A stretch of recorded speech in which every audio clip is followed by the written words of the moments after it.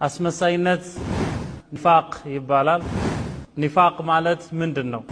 ያልሆኑትን ነገር ነን ብሎ መናገር ኒፋቅ ነው። ሙናፊቅ እጅግ አዳጋችና አስቸጋሪ በመሆናቸው ሙናፊቅ የሆነ ሰው ታዲያ እጅግ አደገኛ ከመሆናቸው የተነሳ አላህ ሱብሓነሁ ወተዓላ ስም ቀረሽ ባህሪያቸውን ይተነትናል። ስም ቀረሽ በቃ ሙናፊቅ ለሰዎች አዳጋች ለካፊሮቹም አዳጋች ናቸው ባህሪያቸው ማለት ነው።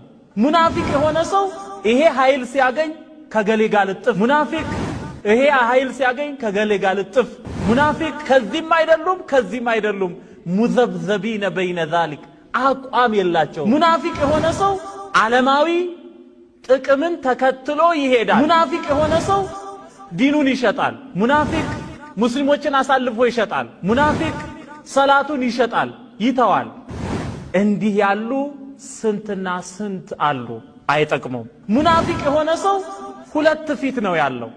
እዚህም ሲሄድ ይስቃል፣ እዚህም ሲሄድ ይስቃል።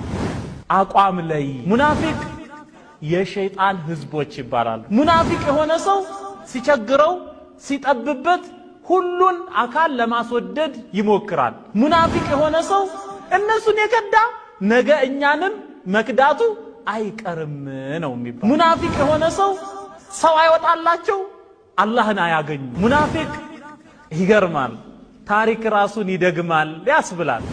አላህ ከኒፋቅ ይጠብቀንና ኒፋቅ እጅግ አዳጋች እጅግ አስቸጋሪ ነው።